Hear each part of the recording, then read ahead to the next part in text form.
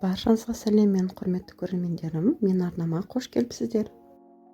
Бүгін сіздермен бірге қамыры жұмсақ, нәзік, өте дәмді болып шығатын көрнек пирогын дайындаймыз. Бұндай пирог баршаның көңілінен шығады деген ойдамын. Видеоның соңына шейін менімен бірге болыңыздар. Ең алдымен қамырын илеп дайындап қоямыз. Онға тұз және разрыхлитель қосып, онымызды жақсылап араластырамыз. Разрыхлительдің орнына ас содасын қосуға болады. Ары қарай сары майды теркадан өткізіп аламыз. Майымыз қолдан сырғып кетпеу үшін ұнға малып алсаңыздар болады. Теркадан өткізілген сары майымызды онымен араластырып, жақсылап қолмен үгітіп, крошка жасап аламыз.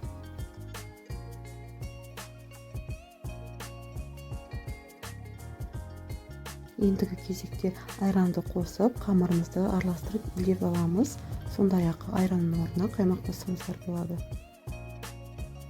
Егер де менің арнама жазылмаған болсаңыздар, жазылып қолдап қоюларыңызды сұраймын. Жұмсақ қамыр илеп болған соң, қамырымызды тоңазытқышқа 15-30 минуттай уақытқа алып қоямыз. Қамырымызды тоңазытқышқа салып қойдық. Ендігі кезекте салмасын дайындаймыз. Тауықтың етін майдалап, төртбұрыштап турап аламыз. Сондай-ақ пирогымыздың салмасы ретінде тауықтың орнына сиыр фаршын пайдалансаңыздар да болады. Туралған тауық етін үлкендеу ыдысқа саламыз. Ары қарай пиязды да солай төртбұрыштап турап аламыз.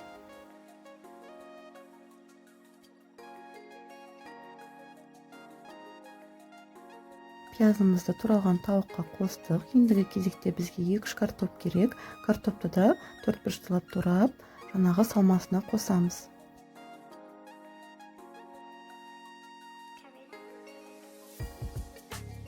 Дәміне қарай тұз, қара бұрыш қосамыз. Сондай-ақ қызыл бұрыш немесе паприка қоссаңыздар да болады. Салмамызды жақсылап араластырып аламыз.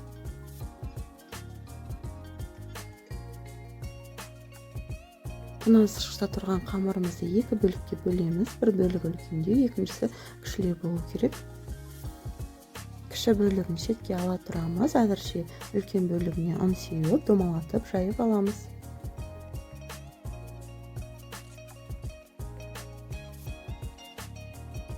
Жайылған қамырымыз қатты жұқа болып кетпесін. Табамызды майлап, немесе пергамент төсеп, қамырымызды табаға жаямыз. Дайындап қойған салмамызды салып, қамырдың үстіне біркелкі қылып жайып шығамыз.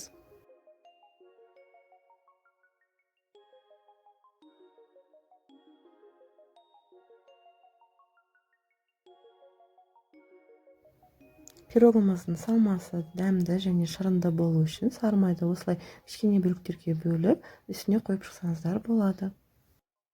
Шетке алып қойған қамырдың кіші бөлігінде жаямыз. Салманың үстінен жауып, 2 қамырды бір-біріне қыстырамыз. Әдемі формасын келтіріп, қайырып шығамыз.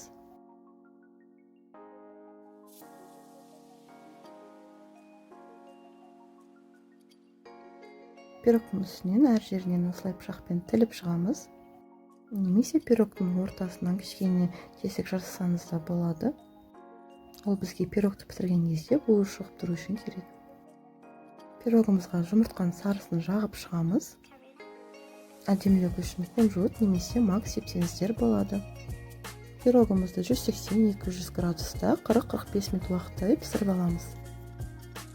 Осымен көрнегіміз дайын болды. Міндетті түрде жасап көріңіздер. Бұндай пирог өте тойымды, кешкі ас ретінде ұсынсаңыздар болады. Лайк басып, комментарий қалдырып кетіңіздер. Астарыңыз дәмді болсын.